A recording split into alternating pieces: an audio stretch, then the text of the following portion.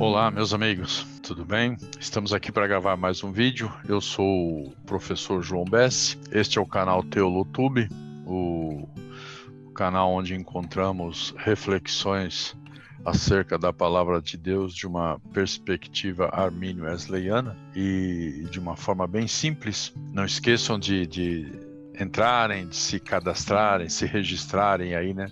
Se inscreverem no canal, dar o seu joinha, o seu like, apertar o sininho para que continuem recebendo as informações do canal, tá bom? Vamos, sem mais demoras, né? Vamos começar a aula de hoje. Eu dei aulas no livro de Romanos, né? Lá na faculdade, eu sou professor do Seminário Bíblico Wesleyano, Faculdade Metodista Livre, e dei aulas no mês de dezembro, né, novembro e dezembro, referente ao livro de Romanos. E para preparar essas aulas, eu usei este esboço aqui do John Stott.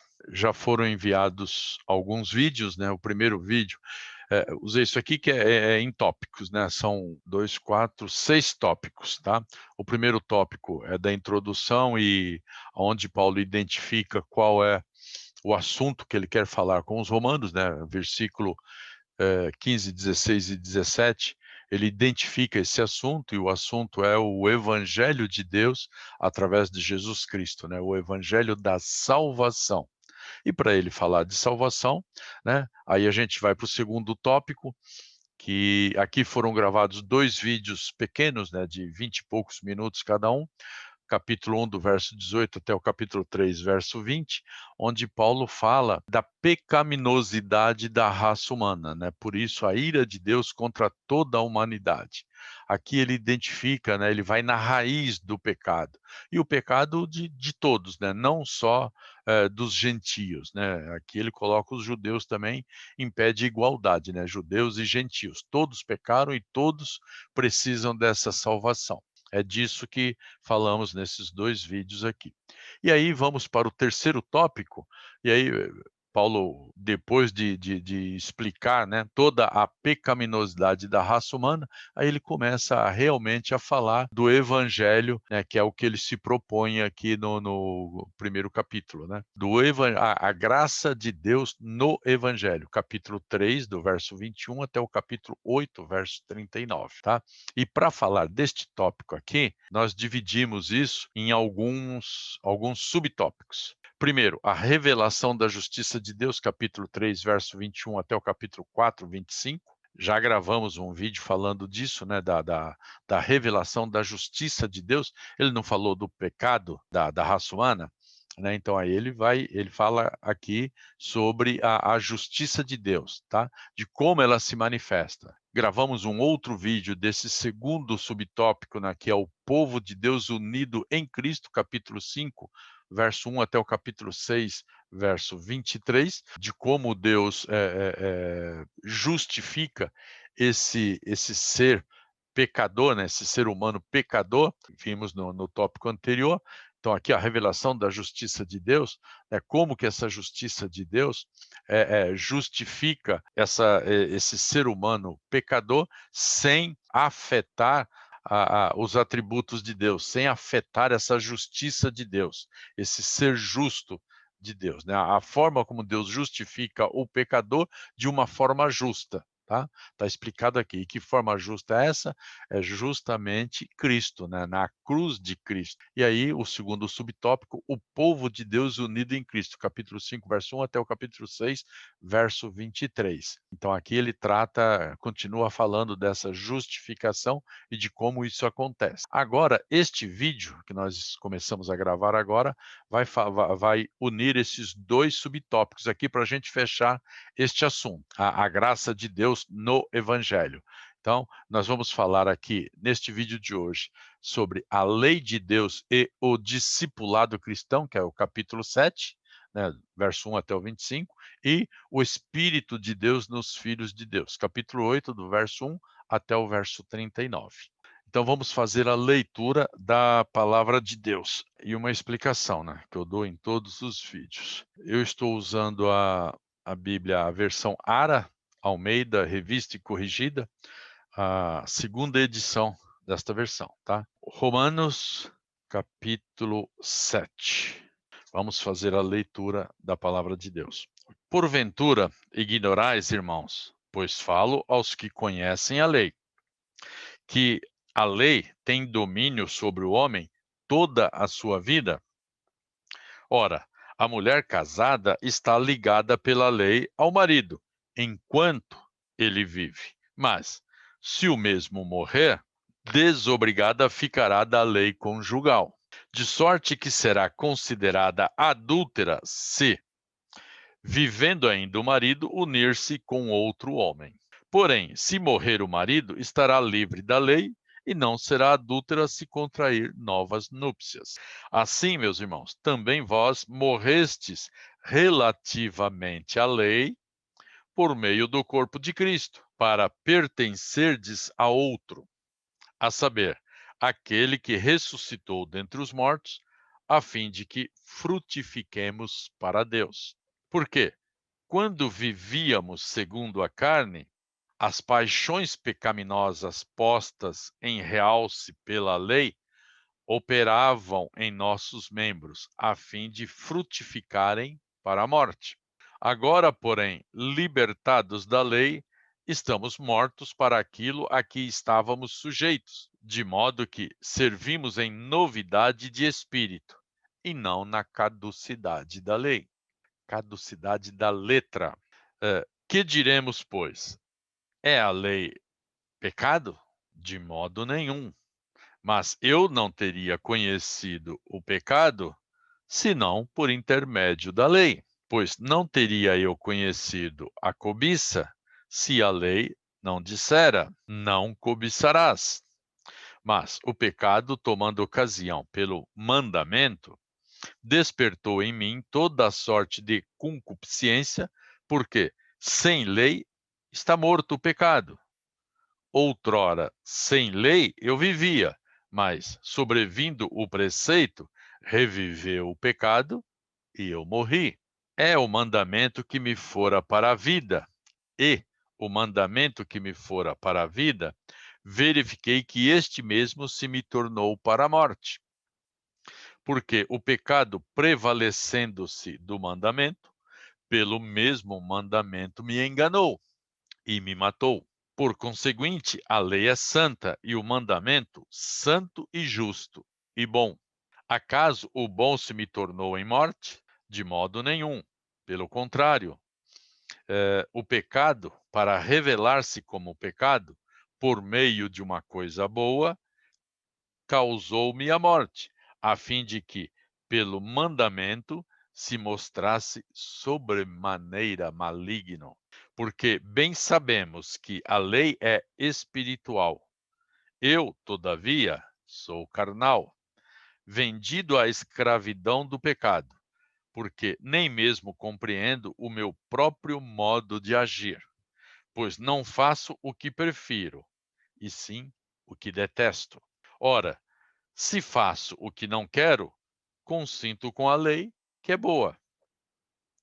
Neste caso, quem faz isto já não sou eu, mas o pecado que habita em mim. Porque eu sei que em mim, isto é, na minha carne, não habita bem nenhum, pois o querer o bem está em mim, não, porém, o efetuá-lo. Porque não faço o bem que prefiro, mas o mal que não quero, esse faço. Mas se eu faço o que não quero, já não sou eu quem o faz, e sim o pecado que habita em mim. Então, ao querer fazer o bem, encontro a lei de que o mal reside em mim. Porque no tocante ao homem interior, tenho prazer na lei de Deus. Mas vejo nos meus membros outra lei que, guerreando contra a lei da minha mente, me faz prisioneiro da lei do pecado que está nos meus membros. Desventurado homem que sou, quem me livrará do corpo desta morte? Graças a Deus por Jesus Cristo, nosso Senhor, de maneira que eu de mim mesmo com a mente sou escravo da lei de Deus, mas, segundo a carne, da lei do pecado. Agora, pois, já nenhuma condenação há para os que estão em Cristo Jesus. Porque a lei do Espírito da vida em Cristo Jesus te livrou da lei do pecado e da morte. Porquanto o que fora impossível à lei, no que estava enferma pela carne, isso fez Deus enviando o seu próprio Filho em semelhança de carne pecaminosa e no tocante ao pecado. E, com efeito, condenou Deus na carne o pecado, a fim de que o preceito da lei se cumprisse em nós, que não andamos segundo a carne, mas segundo o Espírito. Porque os que se inclinam para a carne cogitam das coisas da carne, mas os que se inclinam para o Espírito, das coisas do Espírito. Porque o pendor da carne dá para a morte, mas o do Espírito para a vida e paz. Por isso, o pendor da carne é inimizade contra Deus, pois não está sujeito à lei de Deus, nem mesmo pode estar. Portanto, os que estão na carne não podem agradar a Deus. Vós, porém, não estáis na carne, mas no Espírito, se de fato o Espírito de Deus habita em vós. E se alguém não tem o Espírito de Cristo, este tal não é dele. Se, porém, Cristo está em vós, o corpo, na verdade, está morto por causa do pecado, mas o Espírito é vida por causa da justiça. Se habita em vós o Espírito daquele que ressuscitou a Jesus dentre os mortos, esse mesmo que ressuscitou a Cristo Jesus dentre os mortos, vivificará também o vosso corpo mortal, por meio do seu Espírito que em vós habita. Assim, pois, irmãos, somos devedores, não à carne, como se constrangidos a viver segundo a carne. Porque se viverdes segundo a carne, caminhais para a morte. Mas se pelo Espírito mortificardes os feitos do corpo, certamente vivereis. Pois todos os que são guiados pelo Espírito de Deus são filhos de Deus. Porque não recebestes o espírito de escravidão, para viverdes outra vez atemorizados, mas recebestes o espírito de adoção, baseados no qual clamamos: Abba, Pai. O próprio Espírito testifica com o nosso espírito que somos filhos de Deus. Ora, se somos filhos, somos também herdeiros. Somos também herdeiros. Herdeiros de Deus e co-herdeiros com Cristo. Se com ele sofremos, também com ele seremos glorificados. Porque, para mim, tenho por certo que os sofrimentos do tempo presente não podem ser comparados com a glória a ser revelada em nós. A ardente expectativa da criação aguarda a revelação dos filhos de Deus. Pois a criação está sujeita à vaidade, não voluntariamente, mas por causa daquele que a sujeitou, na esperança de que a própria criação será redimida do cativeiro da corrupção para a liberdade da glória dos filhos de Deus. Porque sabemos que toda a criação, a um só tempo, geme e suporta angústias até agora. E não somente ela, mas também nós que temos as primícias do Espírito, igualmente gememos em nosso íntimo, aguardando a adoção de filhos, a redenção do nosso corpo. Porque na esperança fomos salvos. Ora, esperança que se vê não é esperança, pois o que alguém vê, como o espera? Mas se esperamos o que não vemos, com paciência o aguardamos. Também o Espírito semelhantemente nos assiste em nossa fraqueza, porque não sabemos orar como convém, mas o mesmo Espírito intercede por nós sobremaneira, com gemidos inexprimíveis. E aquele que sonda os corações sabe qual é a mente do Espírito, porque segundo a vontade de Deus é que ele intercede pelos santos. Sabemos que todas as coisas cooperam para o bem daqueles que amam a Deus, daqueles que são chamados segundo o seu propósito. Porquanto, aos que de antemão conheceu, também os predestinou para serem conformes à imagem de seu Filho, a fim de que ele seja o primogênito entre muitos irmãos. E aos que predestinou, a esses também chamou. E aos que chamou, a esses também justificou. E aos que justificou, a esses também glorificou. Que diremos, pois, à vista destas coisas? Se Deus é por nós, quem será contra nós? Aquele que não poupou o seu próprio filho, antes por todos nós o entregou, porventura não nos dará graciosamente com ele todas as coisas? Quem tentará acusação contra os eleitos de Deus?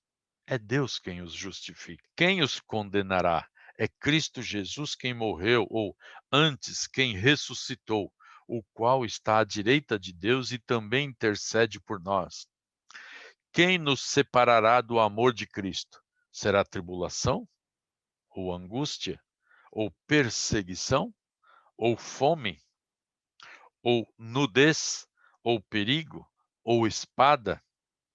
Como está escrito: por amor de ti, somos entregues à morte o dia todo. Fomos considerados como ovelhas para o matadouro. Em todas estas coisas, porém, somos mais que vencedores por meio daquele que nos amou. Porque eu estou bem certo de que nem a morte, nem a vida, nem os anjos, nem os principados, nem as coisas do presente, nem do porvir, nem os poderes, nem a altura, nem a profundidade, nem qualquer outra criatura poderá separar-nos do amor de Deus que está em Cristo Jesus, nosso Senhor. Aleluia! Glória a Deus, meus irmãos. Vamos aos comentários de uma forma exegética, né? Sobre esse texto, capítulo 7, do verso 1 até o capítulo 8, do verso 39. Vamos lá, capítulo 7. A lei de Deus e o discipulado cristão.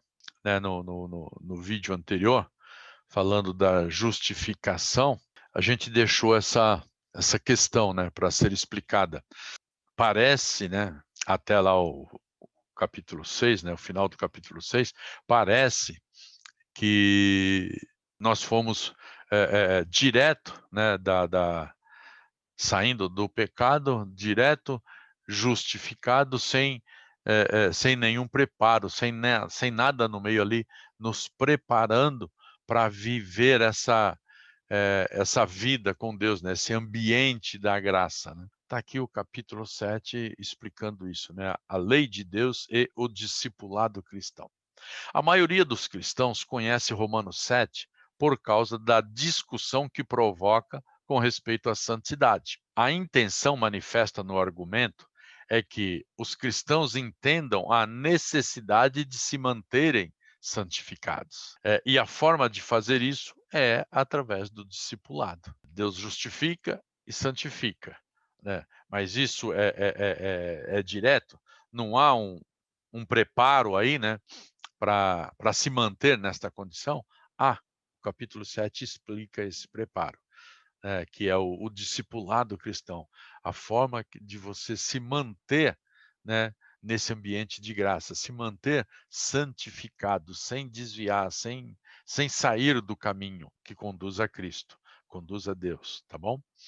Paulo não está respondendo perguntas que lhe foram impostas a partir de uma convenção cristã, num contexto de santidade. Não houve um congresso, a reunião de vários eruditos, né, teólogos sobre o assunto, e Paulo está respondendo às perguntas que são apresentadas nesse congresso. Não é isso que ele está fazendo.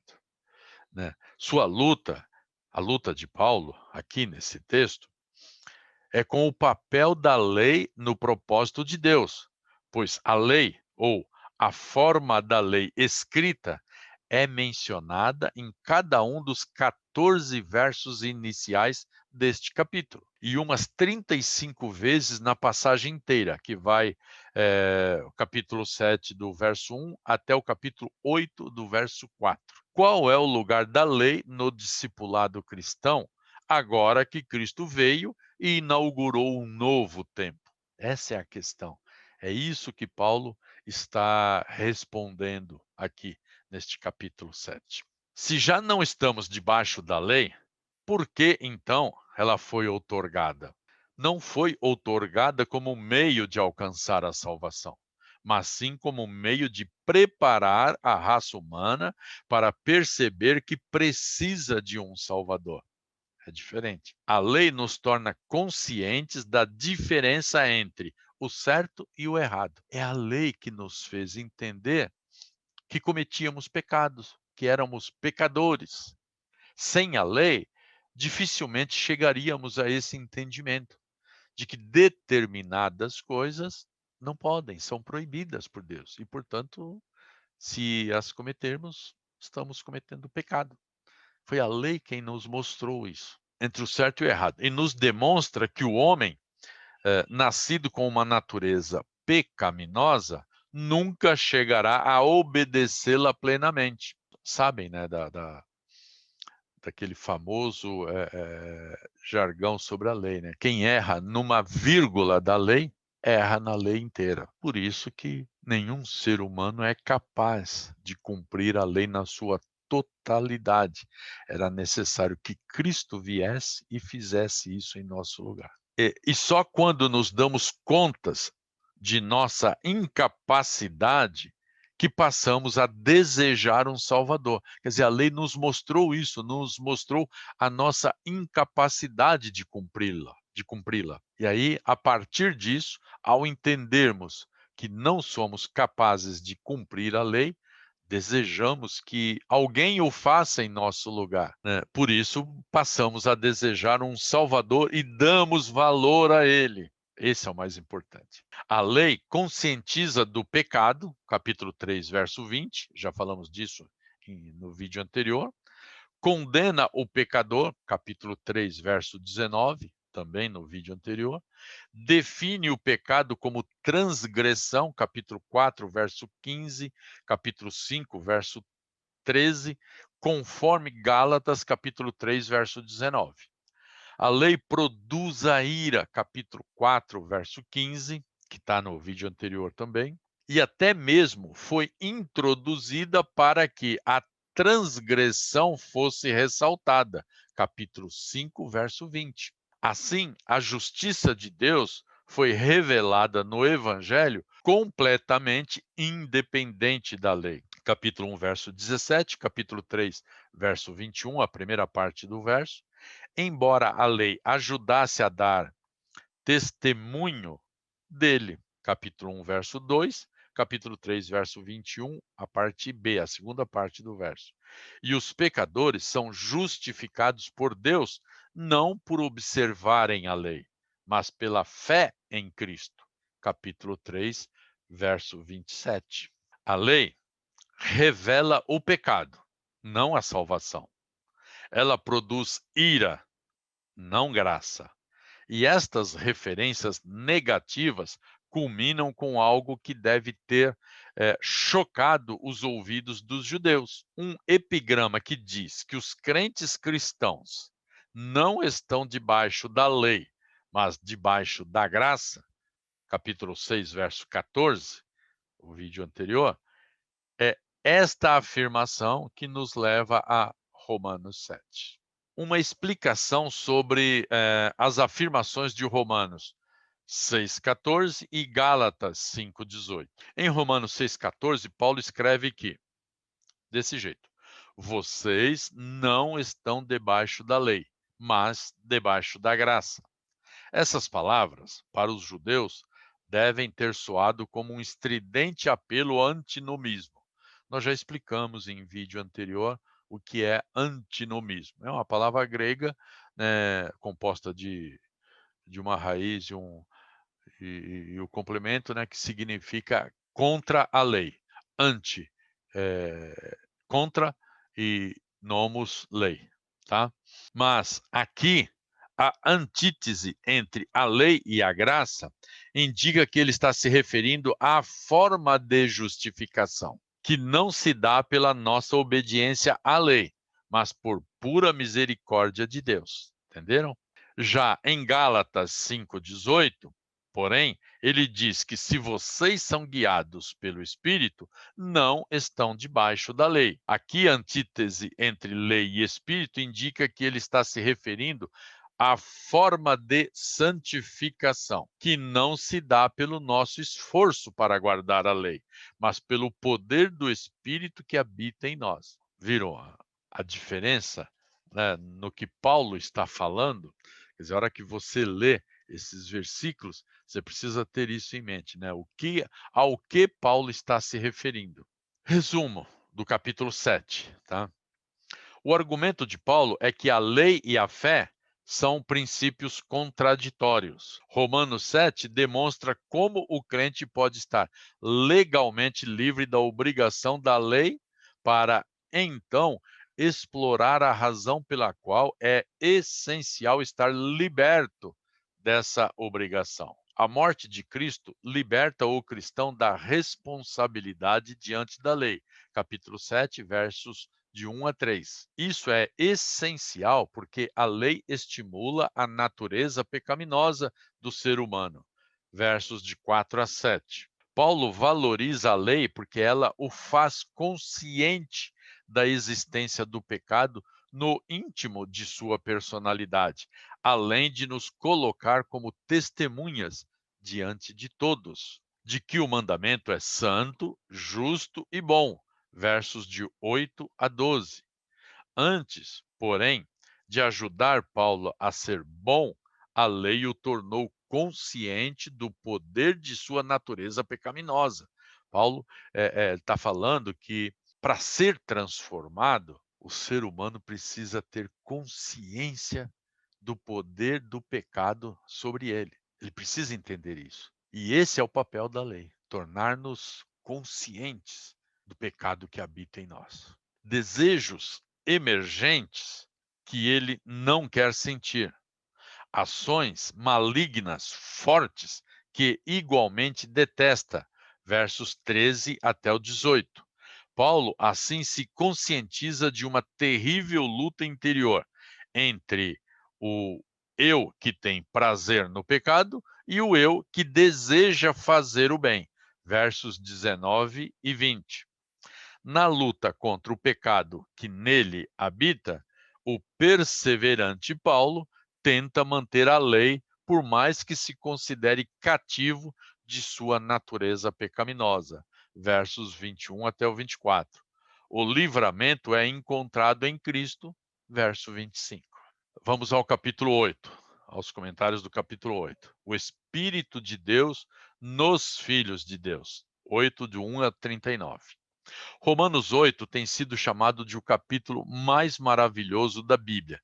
Ele começa com: agora nenhuma condenação há, verso 1, e termina negando haver separação de Deus. Lembra lá quando a gente leu o texto, né, que nada pode nos separar de Deus? Verso 39. Enquanto Romanos 7, 14 até o 25 descreve o homem em relação à lei, o capítulo 8 descreve o novo homem em relação ao Espírito Santo e sua obra em e através do novo homem. No capítulo 5, Paulo diz que o homem que ele descreveu anteriormente como miserável pecador fora justificado. No capítulo 6, esse homem justificado é santificado. No capítulo 7, como manutenção dessa santificação, Paulo diz que esse homem deve ser discipulado.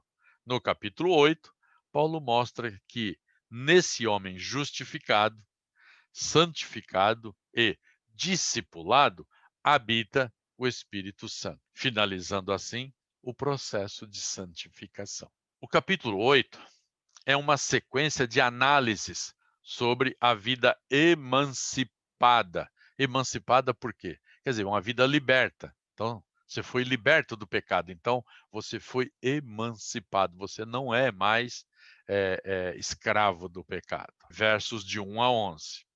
A vida exaltada, verso 12 a 17. Porque agora você vive uma vida para Deus, então por isso uma vida exaltada. A vida esperançosa, verso 18 a 30, e a vida exultante, versos de 31 a 39. Dessa maneira, no capítulo, o apóstolo descreve o curso da vida cristã, onde o espírito triunfa sobre a carne e os crentes experimentam a libertação do pecado. O espírito que habita nos fiéis, capítulo 8, do verso 1 até o 11. Em Cristo, não somente recebemos o perdão dos nossos pecados, mas também a nova vida, o novo nascimento. A nossa vida natural é, por assim dizer, impregnada pelo Espírito de Deus e nasce dentro de nós um novo espírito, uma natureza divina ainda incipiente, de modo semelhante ao começo da vida física da natureza adâmica pelos nossos pais. Nossa vida natural proveniente de Adão e a nova vida divina proveniente de Cristo. Essa é a realidade dentro de nós.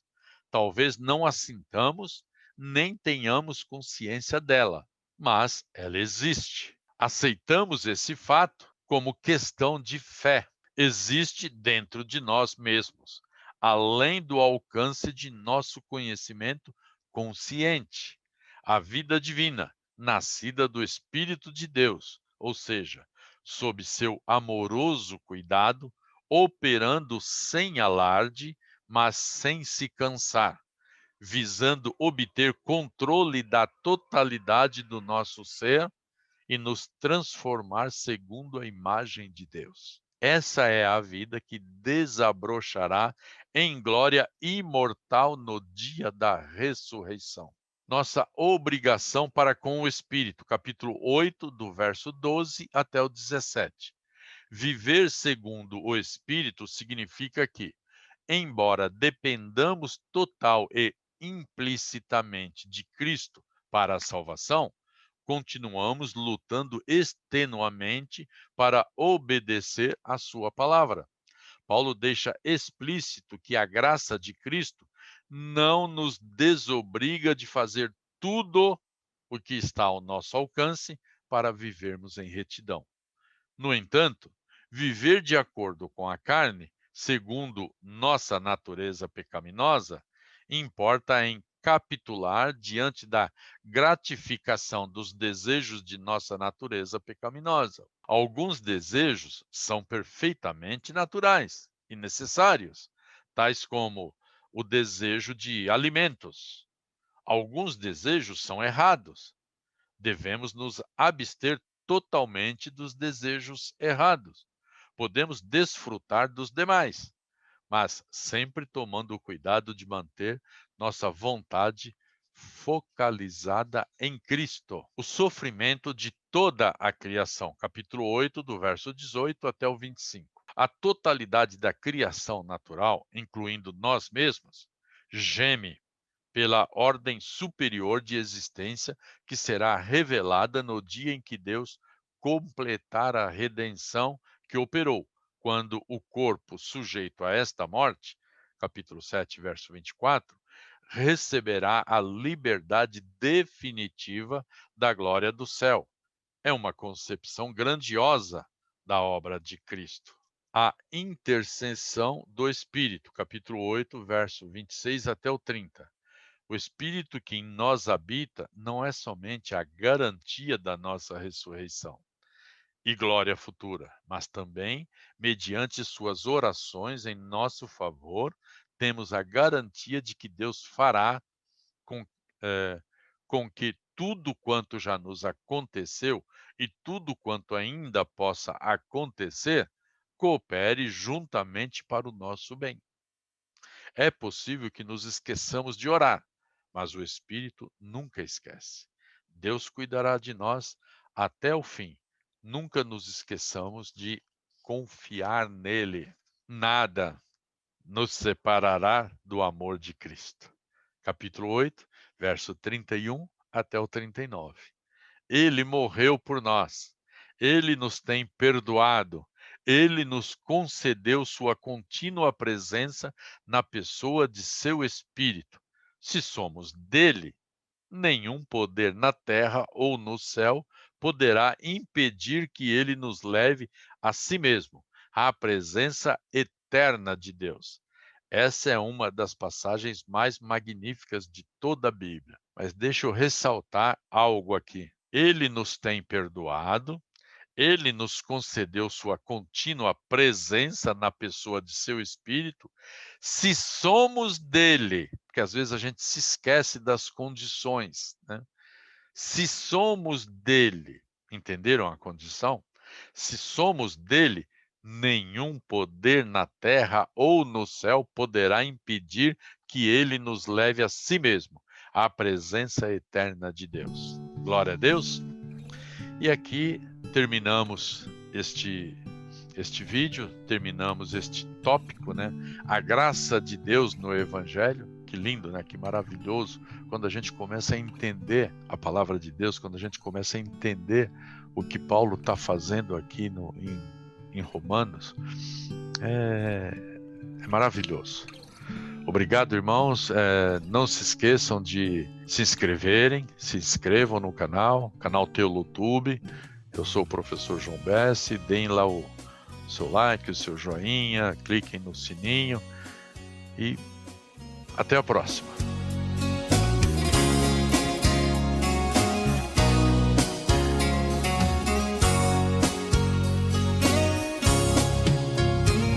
Andando nas terras da Palestina, não sabiam que ele era o Salvador. Somente para quem era revelado, que a ele recebia com amor. Sua mensagem tinha o poder sagrado.